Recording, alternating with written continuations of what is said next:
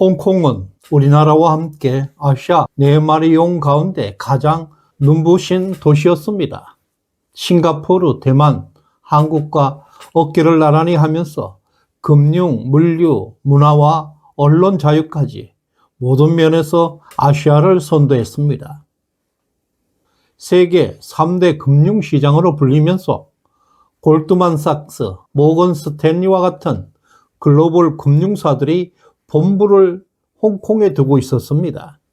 영웅 본색, 중경 삼림 같은 영화들은 홍콩을 문화의 중심지로 만들었습니다. 아시아에서 가장 자유롭고 역동적인 도시, 그것이 바로 과거 홍콩이었습니다.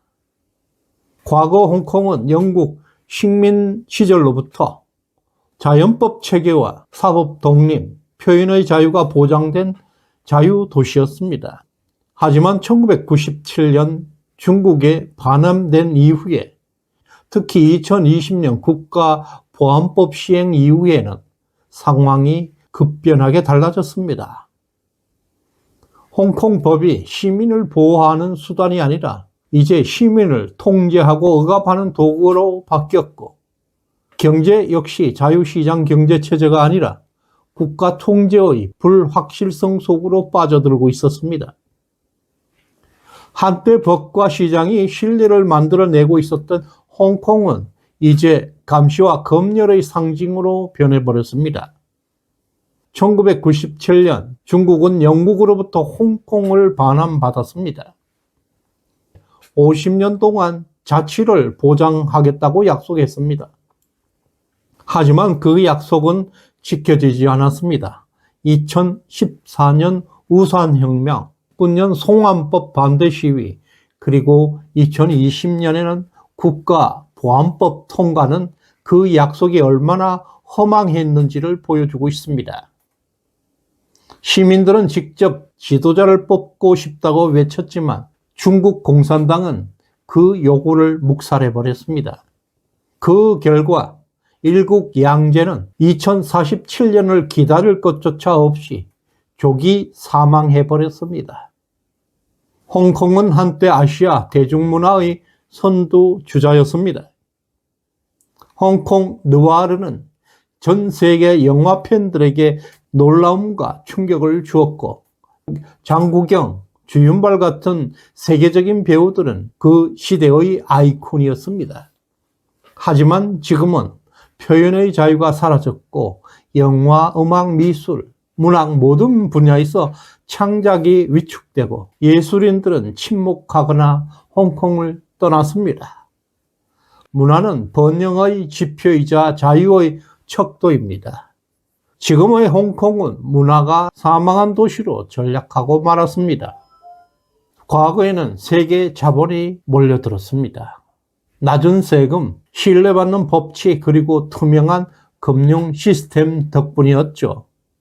하지만 지금은 외국 자본이 빠르게 이탈하고 있습니다. 맨라이프와 같은 글로벌 기업들이 본사를 싱가포르 등으로 이전해버렸고, 미국 상공회의소 조사에 따르면 홍콩 주재 외국 기업의 40% 이상이 철수하거나 이전을 고려하고 있습니다. 홍콩은 더 이상 자본의 안식처가 아닌 위험 지역으로 분류되기 시작했습니다. 홍콩은 지금 아시아에서 가장 심각한 자산 양극화, 빈부의 격차 문제를 안고 있습니다. 상위 10%와 하위 10% 소득 격차는 무려 57배에 달하고 있습니다. 부동산 가격은 천정부지로 치솟았고 중산층은 붕괴돼 버렸습니다. 시민들은 이제 계층 이동이 아니라 생존을 고민해야 하는 시점에 와 있습니다. 아시아 4마리 용 중에서 가장 빠르게 성장하던 도시가 이제 가장 먼저 계층 사다리가 끊겨버린 지옥의 도시로 변하고 있습니다. 지금 홍콩에서는 관속의 집, 철장방, 흉가 임대 같은 말들이 일상이 되어버렸습니다. 평균 월급 340만 원에 4평짜리 월세 가격이 120만 원입니다. 제대로 된 주택을 구하지 못한 시민들은 맥도날드에 잠을 자고 있습니다. 심지어 살인이 벌어진 집이라도 임대하고 있습니다. 주거는 더 이상 기본권이 아니고 생존을 위한 투쟁의 대상이 되고 있습니다. 아시아 4마리 용이었던 홍콩이 인간다운 삶조차 허락하지 않는 생존의 전쟁터로 바뀌고 있습니다. 2020년 국가보안법이 시행된 직후에 단 2달 만에 18만 명이 홍콩을 떠났습니다. 국가보안법은 자유를 탈취하는 법안입니다. 그리고 지금도 이탈 행렬이 계속되고 있습니다. 떠난 사람들은 단지 경제적 이유가 아니라 정치적 자유와 미래에 대한 불신 때문에 결단한 것입니다. 언론인, 교육자, 의사, IT 전문가 등 도시를 유지시켜왔던 핵심 인재들이 이탈해버렸습니다. 홍콩은 이제 사람이 먼저 빠져나가는 도시로 전락하고 있습니다. 중국 공산당의 국가보안법 시행 이후에 홍콩 시민들은 더 이상 자유를 말할 수가 없게 되었습니다. 풍자 만화를 그렸다는 이유로 구속됩니다. 시위 사진을 공유한 것만으로도 처벌받고 있습니다. 표현은 범죄가 되어버렸습니다. 창의는 스스로 검열당하고 감정은 표현할 수가 없게 되었습니다. 민주주의의 핵심, 말과 생각의 자유가 사라진 순간 그 도시는 사람 사는 공간이 아니라 통제와 감시의 공간으로 변하게 되었습니다. 아시아 4마리 용 중에서 한국, 대만, 싱가포르는 여전히 자유와 창의, 기술과 성장의 축을 지키고 있습니다. 하지만 홍콩은 스스로 그 축에서 이탈해버렸습니다. 중국의 영향력에 자발적으로 굴복해버렸고 스스로 자유를 포기한 것입니다. 나머지 용들이 날개를 펴고 승천하고 상승하는 동안에 홍콩은 정치적 사슬에 묶인 채 지상으로 추락하고 있습니다.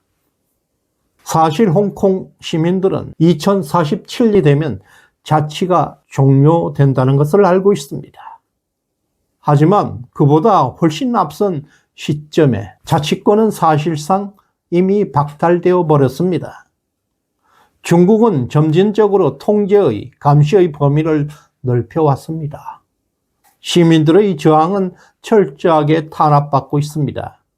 일국양제는 약속도 제도가 아니었습니다. 선전 문구에 불과했음이 드러났습니다. 홍콩은 이미 중국 공산당이 점령한 도시가 되었습니다. 한때 아시아 중심에서 세계를 향해 빛나던 홍콩은 이제 중국 본토의 그림자에 완전히 덮여 있습니다. 자치도, 자유도, 개방도 사라져버렸습니다.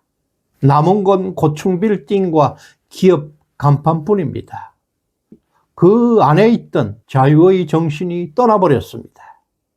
아시아의 용이었던 도시가 이토록 빠르게 무너질 줄 아무도 예상하지 못했습니다.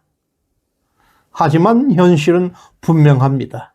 지금의 홍콩은 더 이상 아시아 용이 아닙니다. 자유는 단 한 번에 무너지지 않습니다.